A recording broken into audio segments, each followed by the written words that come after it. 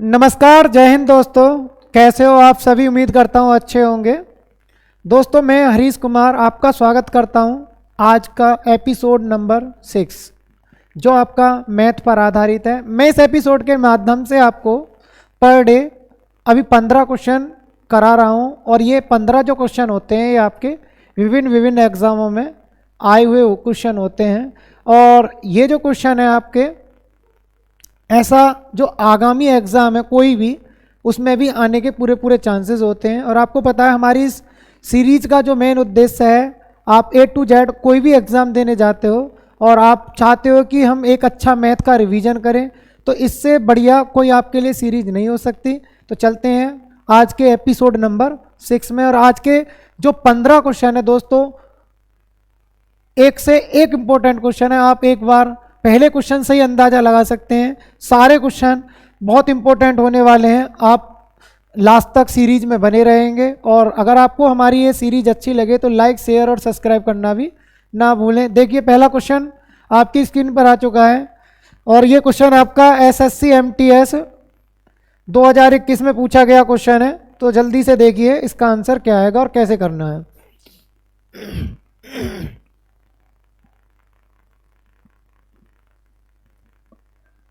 करिए, इसका आंसर क्या आएगा।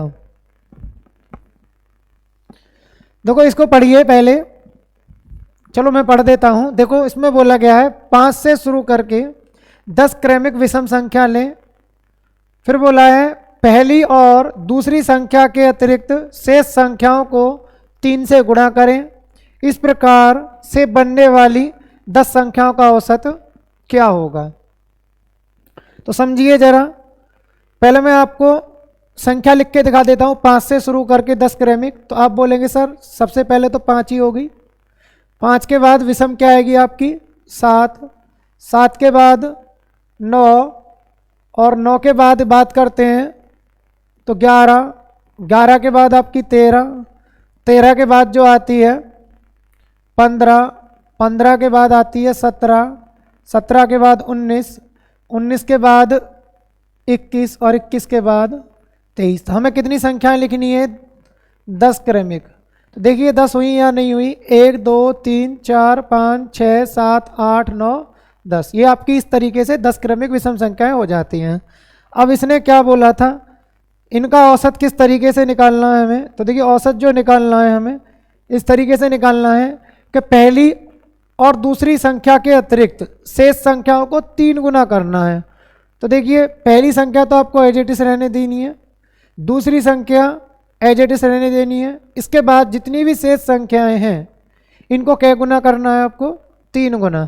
तो 3 गुना करेंगे तो मैं 3 की गुणा बाहर लिख देता हूँ। ये 9, ये 11, ये 13 और इसी तरीके से अगर हम लिखते हैं इनको डेड डेड डैश करके तो ये आपका 23।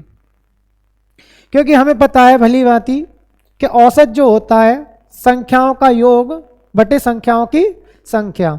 तो ये इस तरीके से हमारा संख्याओं का योग आ जाएगा बटे संख्याओं की संख्या कितनी है, ये अब भी 10। अब देखिए,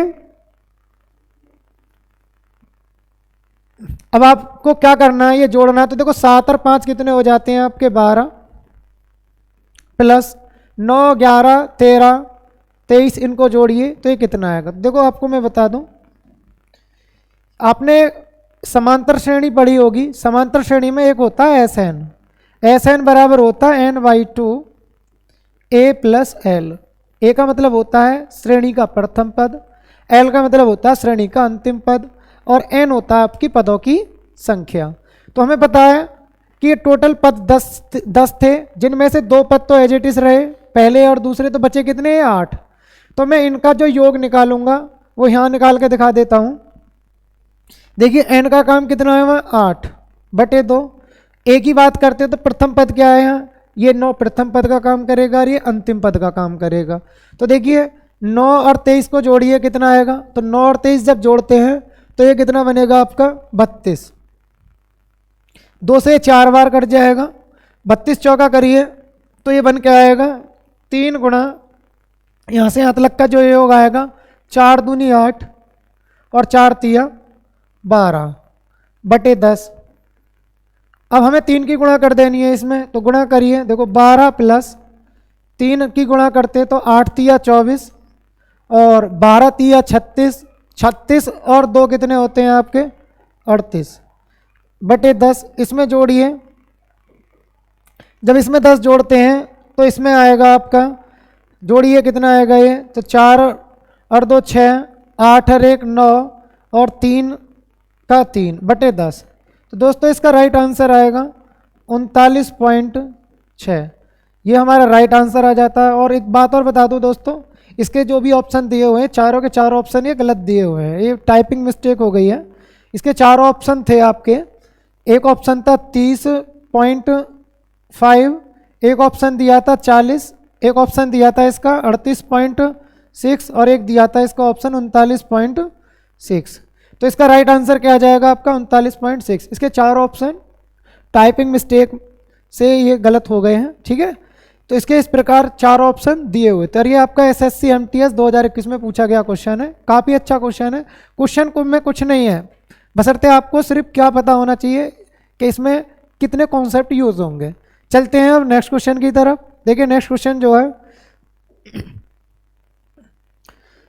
देखिए नेक्स्ट क्वेश्चन आपकी स्क्रीन पर आ चुका है। आप इसका आंसर जल्दी से करिए, जो जानते हैं वो करिए।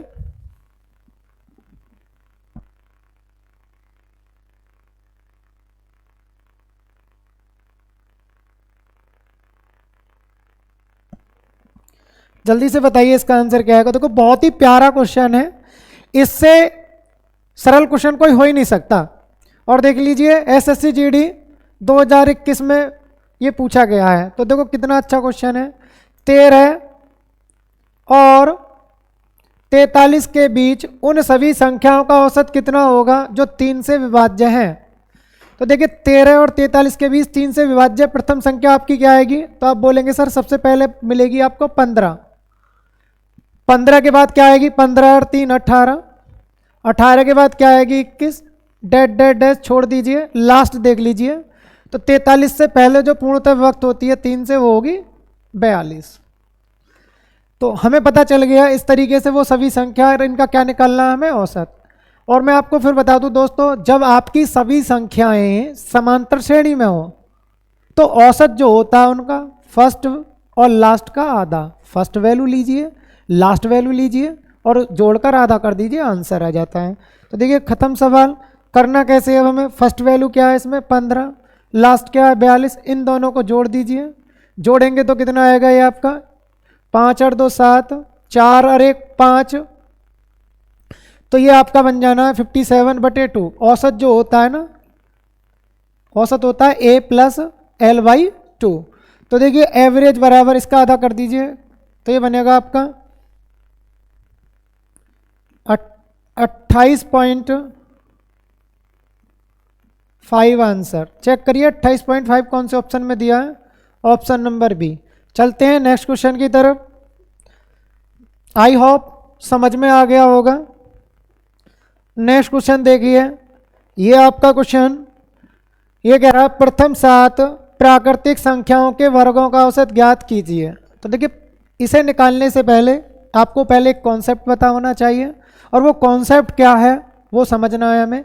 कॉन्सेप्ट वो इस तरीके से होता है, देखिए 1 का वर्ग, 2 का वर्ग, 3 का वर्ग, डेड डेड डैश n का वर्ग, मतलब प्रथम n प्राकृतिक संख्याओं के वर्गों का योग।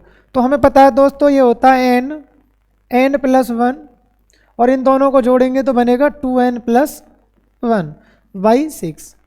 ये क्या होता है, प्रथम n प्राकृतिक संख्याओं के वर्गों का योग।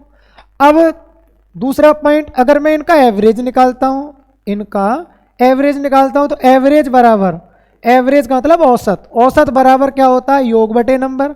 तो आप बोलेंगे सर योग कितना आया इनका n प्लस 1, 2n प्लस 1/6, तो ये तो योग आया, बटे नंबर कितने हैं n नहीं है। तो एवरेज बराबर सभी संख्याओं का योग ये आ गया, बटे संख्याओं की संख्या कितनी n, तो n से n कट जाना है। तो एवरेज बराबर जो आना है इसका आएगा n प्लस 1, 2n प्लस 1/6, सिर्फ क्या कट जाना है यहाँ से n। अब देखिए इसमें ये बोला है प्रथम 7 प्राकृतिक संख्याओं के वर्गों का औसत ज्ञात कीजिए। तो कितनी? 7। तो n का काम कौन कर रहा है? 7। तो यहाँ 7 रख दीजिए। तो इसका जो आंसर आएगा एवरेज बराबर, देखो 7 रख दीजिए। तो आप बोलेंगे 7 + 1 और 7 दूनी 14 + 1 बटे 6। तो ये बनेगा 8 गुणा 15 बटे 6। अब बताइए 3 से काटिए, 3 दूनी 6 और 3 पंजे 15 और 2 से कै बार कटा? 4 बार। तो 5 चौक 20। 20 ही मेरा क्या आ जाएगा इसका राइट आंसर। 3 से 5 बार, 2 बार, 2 से 8 4 बार, 4 पंजे 20। चेक करिए 20 कौन से ऑप्शन में दिया है। तो आपकी समझ में आ गया होगा आई होप। इसका राइट आंसर आएगा ऑप्शन नंबर ए। चलते हैं अब नेक्स्ट क्वेश्चन की तरफ। देखिए नेक्स्ट क्वेश्चन जो दिया है वो आपका किस प्रकार है। देखिए ये क्वेश्चन भी काफ़ी इंपॉर्टेंट है। इसका आंसर बताइए क्या आएगा। इसमें बोला गया है x, y और z का औसत z से 6 अधिक है। फिर कह रहा है x और y का औसत 50 है।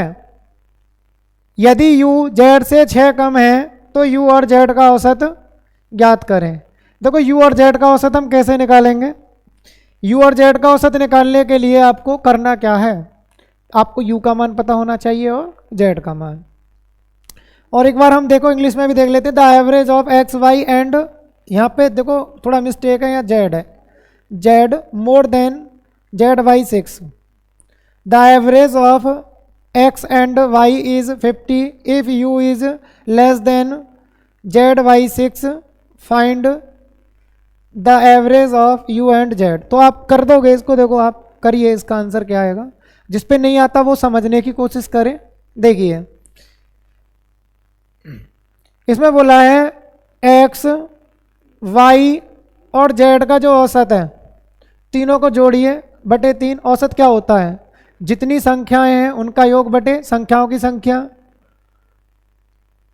बराबर जो दिया है z से 6 अधिक, z से 6 अधिक। ठीक है। अब देखिए इसको सॉल्व करते तो बनेगा आपका x + y + z बराबर 3z + 6 तिया 18। अब हमने देखा कि इस तरीके से ये आ गया आपका। अब देखिए अगर मैं यहाँ से और सॉल्व करता हूँ तो x + y बराबर, z को z के पास ले जाते हैं तो 3z के पास, देखिए 3z + 18, z इधर को जाएगा तो माइनस के z। तो ये आपका बन के आएगा, 3 में से 1 घटाते हैं तो 2z + 18। और ये वैल्यू जो आई है आपकी x + y की। फिर देखिए इसने जो बोला है, इसने ये बोला है x और y का औसत 50 है। तो x और y का औसत क्या दिया है? 50। अगर x y का औसत 50 दिया है तो ये आपकी समीकरण 1 मान लीजिए। अब मैं उनका औसत कैसे निकालूंगा? x + y बटे 2 बराबर 50।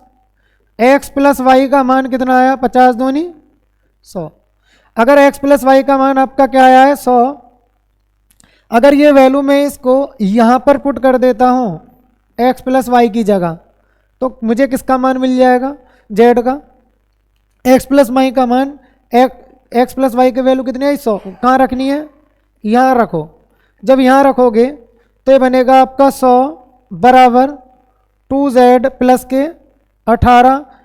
2z का जो मान आएगा घटा दीजिए। अगर मैं 18 घटा देता हूँ तो ये आएगा आपका 82। भाई 100 में से 18 घट जाएगा, इधर को जाएगा तो माइनस का हो जाएगा ये, तो 82। तो z का जो मान आया आपका, z का मान आएगा आपका 41।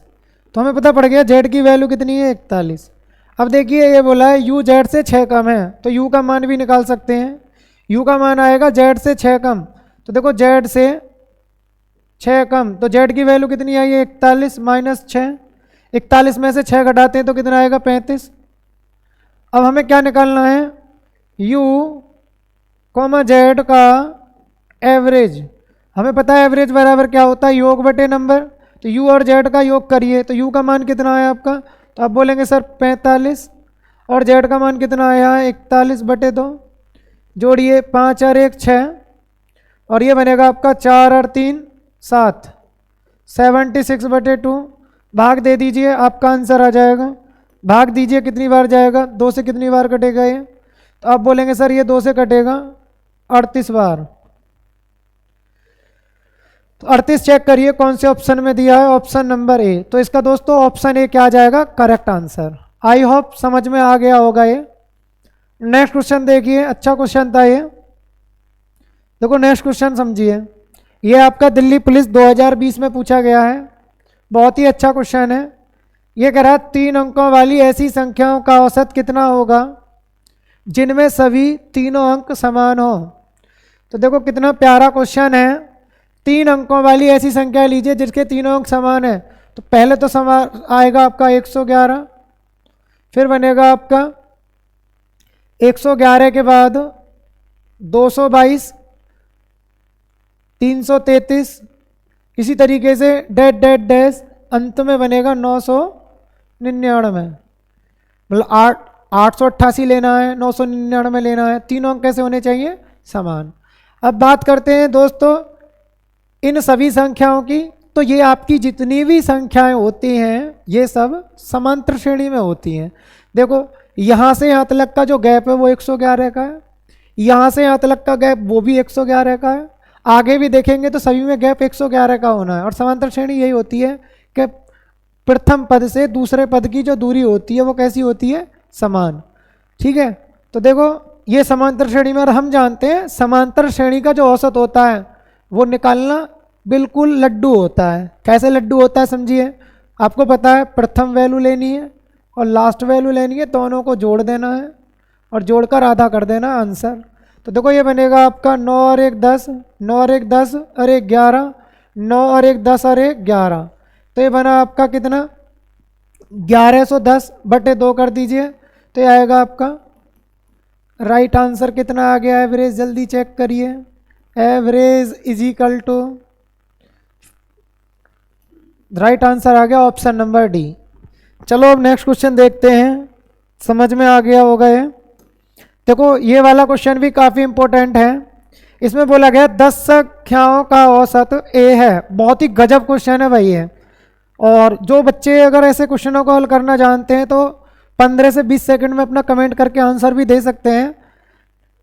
फिर बोला गया है यदि 10वीं संख्या को छोड़कर प्रत्येक संख्या से c घटाया जाता है और 10वीं संख्या से c-1 घटाया जाता है तो नया औसत क्या होगा। तो आप ये बात तो भली भांति समझ गए होंगे कि जो नया औसत होगा, क्योंकि संख्याएं तो अब भी 10 हैं, सिर्फ संख्याओं के, जैसे मान लीजिए किसी संख्या का पहले मान था 100, 100 में से मान लो 10 घटा दिया तो वो संख्या कितनी हो गई, 99। संख्या तो रही लेकिन अपना मान जो पहले ज़्यादा रखती थी अब वो क्या रख रही है, कम। अब देखिए जैसे ये कह रहा था, दोबारा समझ लीजिए, 10 संख्याओं का औसत ए है। फिर कह रहा है 10वीं संख्या से तो आपको जो, यदि 10वीं संख्या को छोड़ दो, बची कितनी, शुरू की 9, प्रत्येक से क्या घटाना है, सी।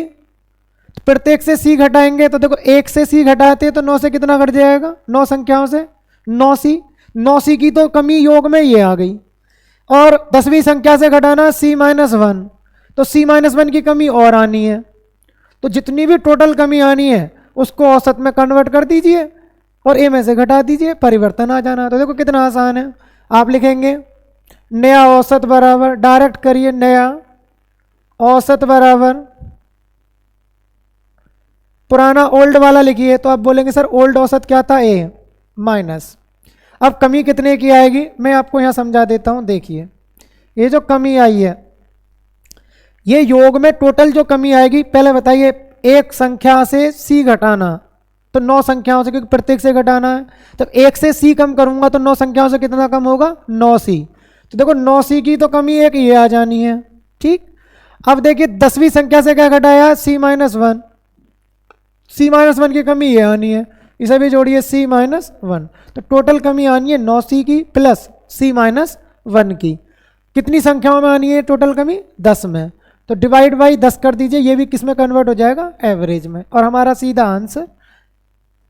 लैंग्वेज देख के तो डर सा लगता है कि पता नहीं यार क्या पूछ रहा है, लेकिन बहुत ही अच्छा क्वेश्चन था। देखो a-9 और 1 10c और ये -1 बटे 10, अब मैं क्या करूंगा, भाग दूंगा तो देखो ये आएगा a माइनस 10c में 10 का भाग देते हैं तो कितना आएगा आपका 1c, भाई 10 से 10 कट जाएगा, माइनस, देखो माइनस माइनस क्या होता है प्लस, अगर मैं 1 में 10 का भाग दूंगा तो आपका आएगा 0.1, एक स्थान पर दशमलव आ जाना है।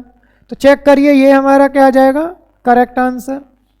ये किस ऑप्शन में दिया है, तो आप बोलेंगे सर ये तो ऑप्शन नंबर सी में दिया है, ऑप्शन सी क्या आ जाएगा इसका करेक्ट आंसर। नेक्स्ट क्वेश्चन देखिए, नेक्स्ट क्वेश्चन जो है वो किस प्रकार है,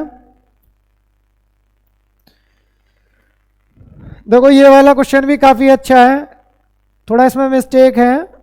ये जो है जहाज कर्मी है आपके, ये कर्मी है और ये 8 है, 8 जहाज कर्मी का औसत वजन एक सही 1/2 किलोग्राम बढ़ जाता है।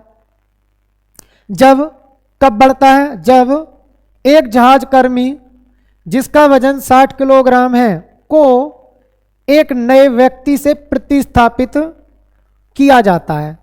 आप जानते हो प्रतिस्थापित का मतलब है बदल देना। जहाज में 8 व्यक्ति बैठे हुए थे, सपोज करो, उनमें से एक व्यक्ति को उतार कर, जो उतारा गया है एक व्यक्ति वो कितने किलोग्राम का है 60 किलोग्राम का, और उसकी जगह हमने एक नया व्यक्ति जहाज में बिठा लिया है जिससे औसत वजन कितना बढ़ गया, एक सही 1/2 किलोग्राम। तो आपके दिमाग में ये पॉइंट तुरंत आ जाना चाहिए कि जो व्यक्ति जहाज में बैठा है किसकी जगह 60 किलोग्राम के व्यक्ति की जगह वो उससे ज़्यादा वेट का बैठा होगा, क्योंकि अगर उससे बराबर वेट का बैठता तो औसत में कोई भी परिवर्तन नहीं आता। औसत बढ़ गया है तो इसका मतलब ये हुआ जो नया व्यक्ति आया है उसका वजन 60 किलोग्राम से अधिक है। तो देखो कैसे करना है, 60 किलोग्राम लिख लीजिए, 60 किलोग्राम से अधिक है तो यहाँ लगाएंगे आप प्लस, कितने की वृद्धि कर हुई है औसत में, एक सही 1/2, तो ये बनेगा 2 एकम 2 और 1 3/2, 3/2, 3/2 किलोग्राम की वृद्धि हुई औसतन वृद्धि। और औसतन वृद्धि अगर 3/2 किलोग्राम की हुई तो ये तो 8 के 8 व्यक्तियों के वजन में होगी, तो गुणा किसकी कर देनी है, टोटल जितने भी टोटल जहाज कर्मी थे 8।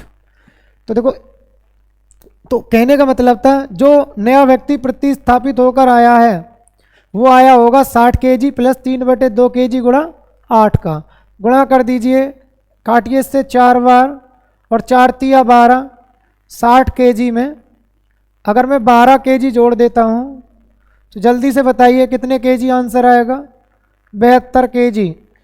72 kg चेक करिए कौन से ऑप्शन में दिया है, ऑप्शन अभी मैं आपको दिखा देता हूँ, देखिए 72 kg जो दिया गया है आपका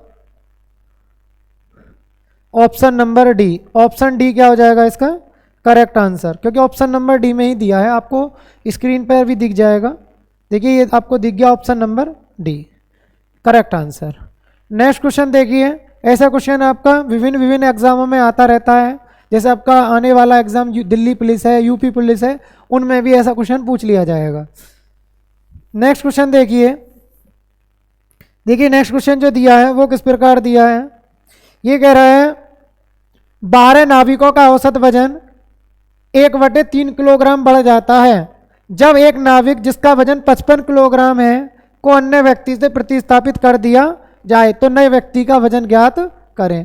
देखो सेम ऐसा ही सवाल है जैसे पीछे किया था, तो आप बताइए अगर नए व्यक्ति के आने से वजन बढ़ जाता है तो नया व्यक्ति 55 किलोग्राम से ज़्यादा का आया होगा, तो लिखिए 55 kg प्लस वृद्धि औसतन वृद्धि 1/3 की और कितने में 12 के 12 नाविक में, 3 से 4 बार, तो बताइए कितना आएगा 59 kg हमारा क्या आ जाएगा राइट आंसर। चेक करिए 59 kg ऑप्शन नंबर डी, तो इसका भी राइट आंसर जो आएगा वो आएगा आपका option number D, option number D इसका करेक्ट आंसर। नेक्स्ट क्वेश्चन देखिए भाई, इसका देखिए इसका आंसर क्या आएगा, ये भी काफी अच्छा क्वेश्चन है। इसमें बोला गया है 10 साल पहले P एवं Q की औसत आयु, 5 साल पहले P एवं Q की औसत आयु 15 वर्ष थी। फिर बोला है P, Q एवं आर की वर्तमान औसत आयु 20 वर्ष है, तो 10 वर्ष बाद आर की आयु ज्ञात करें। तो देखो हमें क्या पता है, वर्तमान से 10 साल बाद पूछ रहा है, तो पहले हम पूरी स्थिति को वर्तमान में बनाएंगे। तो देखो मैं यहाँ लिखता हूँ वर्तमान। अगर वर्तमान में बात करते हैं P की और Q की, देखो 5 साल पहले P और Q की औसत आयु थी 15 वर्ष, 5 साल पहले। तो वर्तमान में कितनी हो जानी है, 5 साल P बढ़ जाएगा, 5 साल Q बढ़ जाएगा। जब प्रत्येक व्यक्ति सेम सेम बढ़ते हैं तो औसत भी सेम बढ़ता है। तो औसत जो हो जाना है 15 और 5 20, और हमें पता है कि योग बराबर होता है औसत गुणा नंबर। तो देखो P प्लस Q का मान अगर मैं निकालता हूँ तो ये बन के आएगा आपका, औसत कितना आ जाना है, तो ये औसत बनेगा 20 गुणा जने कितने हैं 2, तो 20 दूनी 40 वर्ष। तो हमें पता चल गया वर्तमान में P और Q की आयु का जो योग है वो कितना आना है 40 वर्ष, क्योंकि 5 साल पहले 15 था औसत, तो वर्तमान में औसत हो जाएगा 20 और जने कितने हैं 2, तो 20 दूनी 40। इसी प्रकार अगर बात करते हैं वर्तमान से ही, अगर मैं दूसरी स्थिति की बात करता हूं तो देखिए ये कह रहा है P Q R की वर्तमान औसत आयु, ये ऑलरेडी वर्तमान ही दी है, तो P plus Q plus R की आयु का योग निकालते हैं तो औसत कितना 20 वर्ष, और जने कितने थे ये 3, तो 20 तिया 60 वर्ष। अगर मैं इस समीकरण में से समीकरण को घटा देता हूं तो बताइए किसका मान निकल आएगा, R का। अरे यदि इसमें से इसको सब्ट्रैक्ट कर देंगे तो बताइए किसका मान निकल आएगा। तो आप बोलेंगे सर ऐसे करने से R का मान आ जाएगा। तो देखो P से P कट जाना है, Q से Q कट जाना, बचेगा क्या R। R बराबर 60 में से 40 गए, तो बताइए 60 में से अगर 40 घटाएंगे तो कितने वर्ष आएगा 20 वर्ष। तो 20 वर्ष जो मान आया ये R का, ये कौन सी एज आई उसकी, वर्तमान, क्योंकि सारी स्थिति कहाँ की चल रही है, वर्तमान की। इसने बोला 10 वर्ष बाद R की आयु ज्ञात करें, तो देखो 10 वर्ष बाद R की आयु क्या हो जानी है 20 प्लस 10 अर्थात 30 वर्ष। तो हमारा राइट आंसर आ जाएगा 30 वर्ष। चेक करिए, option B is the correct answer. चलते हैं नेक्स्ट क्वेश्चन की तरफ। देखिए समझ लीजिए इसको, और जो स्क्रीनशॉट लेना चाहते हैं वो स्क्रीनशॉट भी ले सकते हैं। नेक्स्ट देखिए, ये वाला क्वेश्चन है आपका, ये भी काफ़ी अच्छा क्वेश्चन है। जल्दी से कमेंट करके, अगर 30 सेकंड में जो भी छात्र हैं जो थोड़े अच्छे पढ़े लिखे हैं, मतलब महारथी टाइप के हैं, वो इसका आंसर जल्दी से कमेंट करिए। आपका आंसर क्या आएगा। देखो इसमें बोला गया है विवाह के समय पति एवं पत्नी की औसत आयु 23 वर्ष थी विवाह के समय। फिर कह रहा है विवाह के 5 वर्ष के उपरांत, समझना जरा।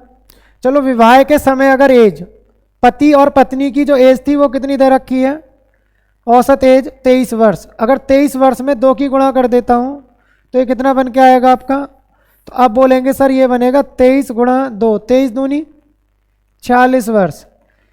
तो पति और पत्नी की आयु का योग कितना आया विवाह के समय 46 वर्ष। फिर कह रहा है 5 वर्ष के उपरांत, 5 वर्ष के उपरांत। तो देखो 5 वर्ष बाद की बात करें, 5 वर्ष बाद, 5 वर्ष बाद की बात करते हैं तो देखो योग जो बन जाना है 46 प्लस 5 साल पति बढ़ गया, 5 साल पत्नी बढ़ गई, 5 साल पति बढ़ जाएगा अपनी एज में और 5 साल पत्नी बढ़ चुकी होगी अपनी एज में। और ये और कह रहा है एक बच्चा भी है उनके पास, और कितने वर्ष का बच्चा है वो, 1 वर्ष का। तो 5 वर्ष बाद परिवार ही बन गया, अब तो बच्चा हो गया। परिवार की कुल एज जो बन के आएगी वो कितनी आएगी आपका 46 प्लस 5 प्लस 5 प्लस 1 वर्ष का बच्चा। तो जोड़िए कितना आया ये, तो आप बोलेंगे सर ये आया आपका 57 वर्ष।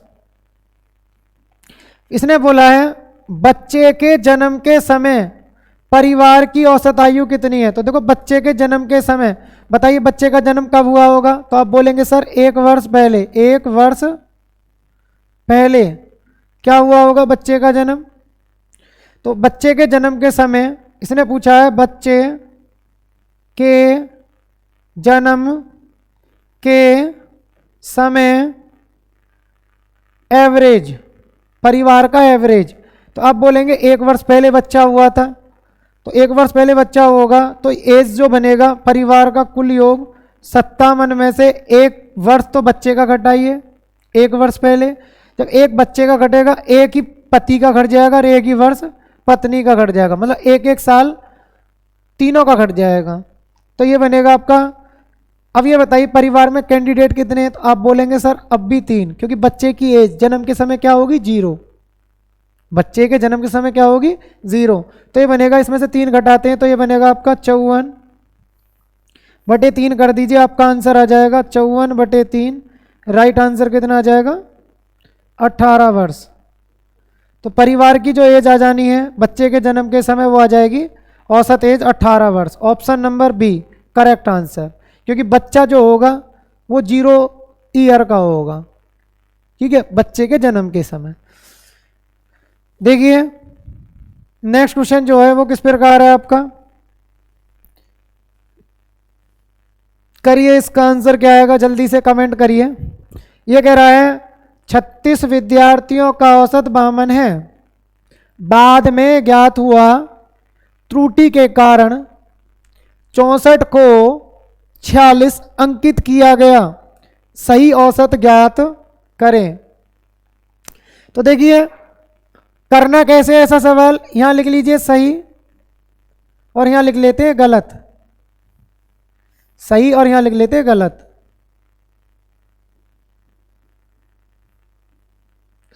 सही में क्या लिखना चाहिए था 64, चलो जी 64 सही है, और गलती से लेकिन लिखा क्या गया है 46। अब आप जानते हैं अगर हम 64 लिखकर औसत निकालते तो सही आता, लेकिन हमने क्या लिखकर औसत निकाल दिया 46 लिखकर, तो औसत क्या आएगा गलत।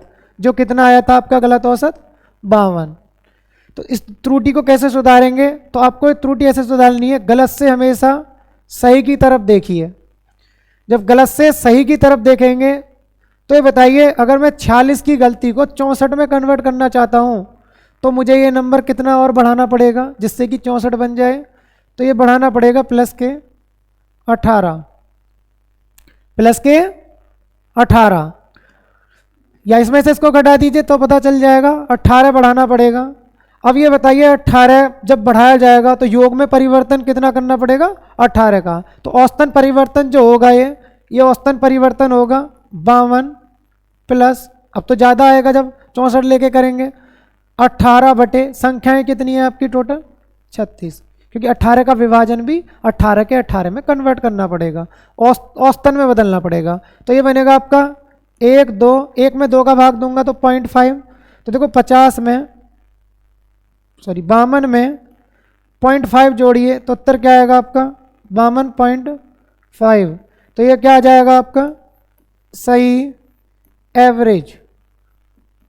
तो ये आपका आंसर आ जाएगा, देखिए चेक करिए कौन से में दिया है, option number D, option D इसका करेक्ट आंसर है। चलते हैं नेक्स्ट क्वेश्चन की तरफ, आई होप समझ में आया होगा।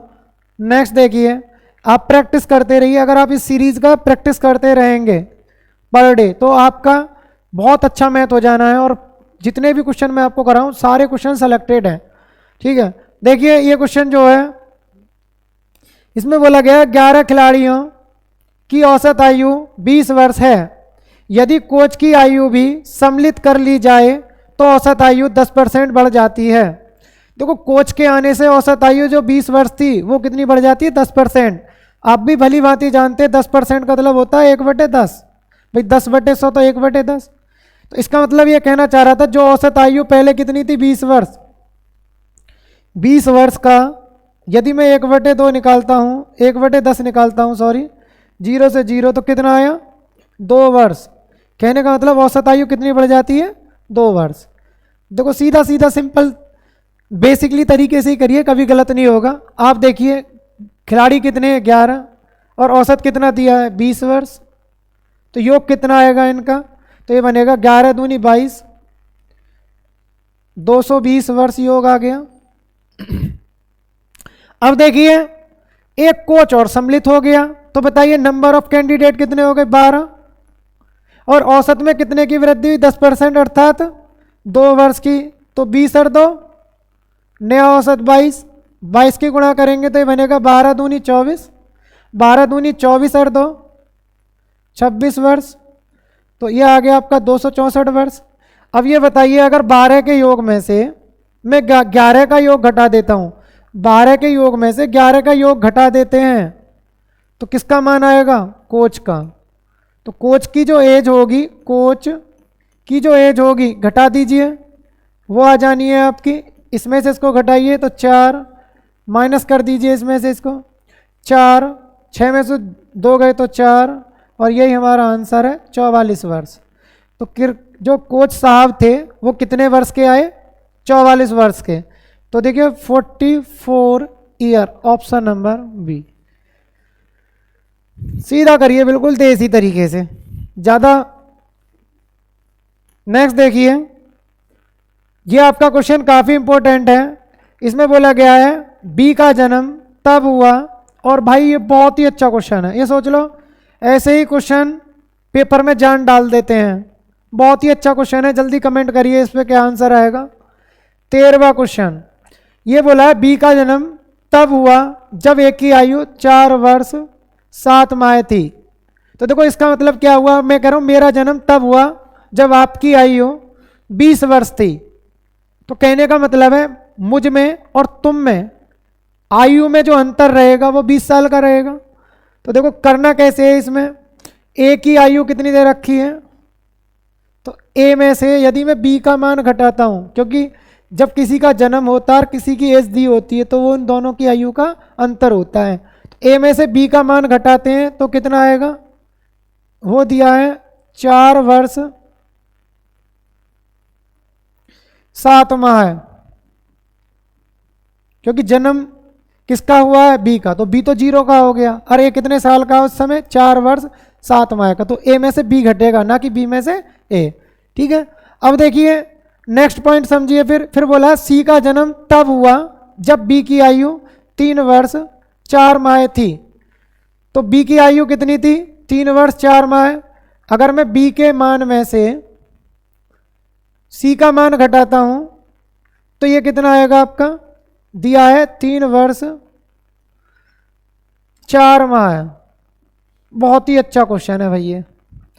फिर बोला है जब सी की आयु 5 वर्ष 2 माह थी तब उनकी औसत आयु ज्ञात करें। तो हमें सी का मान दिया है, देखो सी का मान जो दिया है वो हमें पता है भली भांति। सी का मान कितना दिया है, देखो सी का जो मान दिया है वो दिया है इसमें 5 वर्ष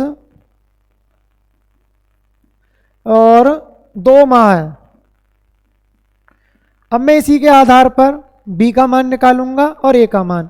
देखो इस समीकरण से देखिए भाई, यहां से मैं बी का मान निकालूंगा तो 3 वर्ष 4 माह, सी इधर को जाएगा तो प्लस हो जाना है, तो ये बनेगा 3 वर्ष 4 माह प्लस माइनस का सी इधर को जाएगा तो प्लस सी, और सी का मान कितना दिया है? 5 वर्ष 2 माह है। ये किसका मान दिया है? सी का। अब जोड़ेंगे तो ये बनेगा 5 और 3 8 वर्ष और 4 और 2 माह एक जगह जोड़िए 6 माह है। ये बी का मान आ गया।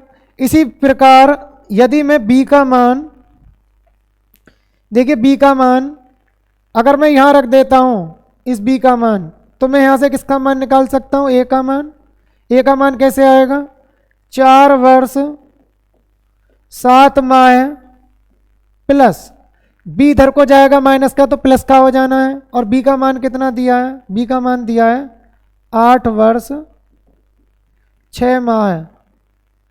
तो ये बनेगा आपका 8 4 12 वर्ष और 7 6 13 माह है। 7 6 13 माह है।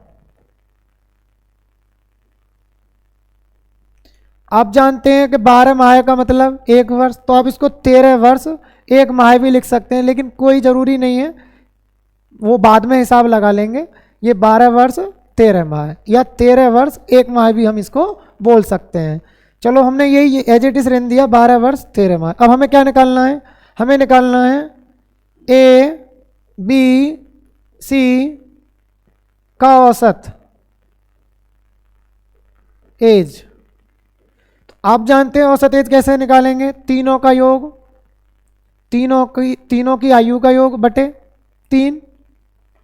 तो देखो जोड़िए इसको, कैसे जोड़ेंगे हम, ए का मान कितना है, पहले माह जोड़ लीजिए। तो देखो माह कैसे जोड़ेंगे हम, देखिए ये कितना दिया है आपका, 13 माह, 6 माह, 2 माह, तो कितने बने, 13 और 6, 13 और 6 18, सॉरी 19, 19 और 2 कितने होते हैं आपके 21। दोबारा देखिए 13 और 6 19, 19 और 2 19 और 2 21, तो 21 तो माह हो गए आपके। तो यहाँ देखिए 21 तो हो गए आपके माह, 21 तो हो गए माह। अब वर्ष देखिए, वर्ष कितने हो गए, 12 वर्ष, 8 वर्ष और 5 वर्ष। देखो 12 वर्ष, 8 वर्ष और 5 वर्ष, तो ये कितने हो गए आपके, 12 और 8 20, 20 और 5 25, 25 हो गए आपके वर्ष। इसमें आपको भाग किसका दे देना है, 3 का, और आपका आंसर आ जाना है। भाग दीजिए 3 का, तो देखो 3 का भाग दूंगा 25 में, तो 3 अट्ठे 24, 8 वर्ष तो ये आ गया आपका। अब ये बताइए बचा कितना, 1 वर्ष और 21 माह है। 1 वर्ष में कितने माह होते हैं, 12, 1 वर्ष में 12 माह है, 12 और 21 कितने हो गए, 33 माह है। अब 33 माह में भाग देना है आपको 3 का, तो कितना आएगा, 11 माह है। दोबारा समझ लीजिए, ये इसका आंसर आ चुका है, 8 वर्ष 11 माह है। तो 8 वर्ष 11 माह कौन से ऑप्शन में दिया, ऑप्शन नंबर डी। लेकिन एक बार फिर समझ लीजिए, 25 में 3 का भाग दीजिए, तो 25 में 3 का भाग देंगे तो 8 वर्ष कंप्लीट चला जाएगा, शेष बचेगा 1 वर्ष। 1 वर्ष में कितने माह है, 12 माह है, और 21 माह भी ये बचे हुए हैं, तो 12 और 21 कितने होते हैं, 33। 33 में 3 का भाग दूंगा तो कितना आएगा, 11 माह है। तो 8 वर्ष 11 माह है। ये बहुत अच्छा क्वेश्चन था आपका। नेक्स्ट क्वेश्चन देखिए, अब स्क्रीनशॉट ले सकते हैं इसका जल्दी से। देखिए नेक्स्ट क्वेश्चन जो है, तो देखो मैंने बोला था आपसे शुरू में ही कि 15 के 15 क्वेश्चन आपके बहुत ही मोस्ट होने वाले हैं। सारे क्वेश्चन अच्छे थे, ये भी आपका एसएससी 2022 में पूछा गया है। देखिए 14वां क्वेश्चन है, एक क्रिकेट खिलाड़ी की 10 पारियों का औसत 32 है। 10 पारियों का औसत कितना बोला है इसने, 32। तो 10 पारियों का 32 दिया है, गुणा कर देंगे तो 10 पारियों का योग आ जाना है। ये कह रहा अगली पारी में उसे कितने रन बनाने होंगे जिससे उसका औसत 4 रन बढ़ जाए, मतलब 32 की जगह कितना हो जाए, 36। तो देखिए 10 पारियों का औसत 32, तो गुणा करेंगे तो कितने रन हो गए। तो आप बोलेंगे सर ये जो हो गए, कितने रन हो गए आपके, 320 रन। अब अगली पारी, तो पारी हो गई 10 और 1 11, और औसत कितना हो गया, 4 रन और बढ़ गया। जब 4 बढ़ गया तो 32 और 4 36 की गुणा करेंगे तो कितने रन बैठेंगे, 6 3 9 और 3 396 रन। अब बताओ इसमें से अगर मैं इसको घटा देता हूं, 11 पारियों में से 10 पारियों के रन घटा देते हैं, तो बताइए कौन सी पारी के रन निकल आएंगे, अगली पारी जिसकी ये बात कर रहा है उसमें बनाए गए रन। आंसर बताइए कितना आएगा घटा के, 6 में से 0 जाएगा तो 6, 9 में से 2 घटाएंगे तो 7, 76। इसका क्या आ जाएगा, राइट आंसर। तो उसने अगली पारी में कितने रन बनाए थे, 76, option number A. Next question देखिए, नेक्स्ट क्वेश्चन भी अच्छा क्वेश्चन है, इसे बताइए इसका आंसर क्या आएगा। तो देखो इसमें बोला गया है ए और बी की औसत मासिक आय 15,050 रुपये है, बी और सी की औसत मासिक आय 15,350 रुपये है, ए और सी की औसत मासिक आय 15,200 रुपये है। तो इसमें पूछा गया ए की मासिक आय कितनी है। देखो मैं आपको बता दूं, जब भी ए बी सी 3 व्यक्ति हैं, जब भी इनकी औसत मासिक आय या इनका मतलब औसत योग, औसत मान ये समझ लो, ए और बी का औसत ये है, बी और सी का औसत ये है, सी और ए का औसत ये है, मतलब चक्रीय क्रम में दिया हो, तो वहाँ किसी का भी मान निकालना बड़ा आसान है। कैसे निकालेंगे देखिए, हमें किसका मान निकालना है, ए का। मैं आपको बहुत अच्छी ट्रिक बताऊंगा, सीधा कर देंगे। इसने पूछा ए का मान, कि ए का मान कितना होगा, कि ए की आय कितनी होगी। तो देखो ए का मान कैसे निकालना है, जहां जहां ए बैठा है वो तो तुम्हें जोड़ लेने हैं, और जहां ए नहीं बैठा है उसको घटा देना है, आपका सीधा आंसर आ जाएगा। तो देखो ए जो किस किस औसत में बैठा है, इस वाले औसत में बैठा है, तो इस वाले औसत में बैठा है, तो ए का मान देखिए कैसे निकालेंगे, 15,050 को जोड़िए प्लस ए किस में बैठा है, और ए और सी वाले इसमें बैठा है, 15,200 को जोड़िए, और बात करते बी और सी में ए नहीं बैठा है, इसको घटा दीजिए, 15,350 को घटा दीजिए, तो आपका सीधा आंसर आ जाएगा। तो करिए, इसको सॉल्व करने पर आपका जो आंसर आएगा वो आ जाना आपका 14,900 रुपये आंसर, सीधा ख़त्म सवाल। सपोज करो अगर किसी को बी की मासिक आय निकालनी है, तो बी जहाँ जहाँ बैठा उसको जोड़िए, तो उस केस में मैं इसको जोड़ूंगा क्योंकि इसमें बी नज़र आ रहा है और इसमें बी नज़र आ रहा है, ये दोनों जुड़ जाने हैं और ये घट जाना है। तो देखो बी का अगर मुझे मान निकालना होता तो मैं क्या करता, 15,050 प्लस बी इसमें बैठा है 15,350 माइनस उस समय 15,200 को घटा देता। कहने का मतलब है जिसका मान पूछा गया है वो जहाँ जहाँ बैठा है, जिस जिस औसत में बैठा है उनको जोड़ दीजिए, और जिसमें नहीं बैठा उसको घटा देंगे, आपका क्या आ जाएगा, सीधा आंसर। अन्यथा नहीं तो फिर आप भी जानते हो ए बी का योग निकालेंगे 2 की गुणा करके, बी और सी की जो आय है उसका योग निकालेंगे 2 की गुणा करके, ए और सी की आय का योग निकालेंगे 2 की गुणा करके, फिर तीनों समीकरणों को जोड़ देंगे, जोड़ने पर double A double B double C का मान आ जाएगा, और 2 से 2 कट जाएगा जब कॉमन ले लेंगे आप, तो ए प्लस बी प्लस सी का मान निकल आएगा, समीकरण आ जानी है। उसमें से अगर मैं बी और सी का योग घटा दूंगा तो किसका मान निकल आएगा, ए का मान। तो इतना करने की जरूरत नहीं है, सीधा ध्यान रखना है जहाँ जहाँ ए बैठा उनको जोड़िए और जहाँ ए नहीं बैठा उसको घटा देंगे, सीधा ए का मान। तो दोस्तों इसी के साथ ये आपकी सीरीज़ का द एंड हो जाता है, यहीं पर ये आपके सभी क्वेश्चन 15 के 15 ख़त्म हो जाते हैं। अब दोस्तों मैं नेक्स्ट एपिसोड नंबर 7 में बहुत अच्छे 15 क्वेश्चन फिर लेकर आपके बीच नेक्स्ट वीडियो में उपस्थित होने वाला हूं। तो दोस्तों इसी के साथ tata bye bye, take care, जय हिंद जय भारत।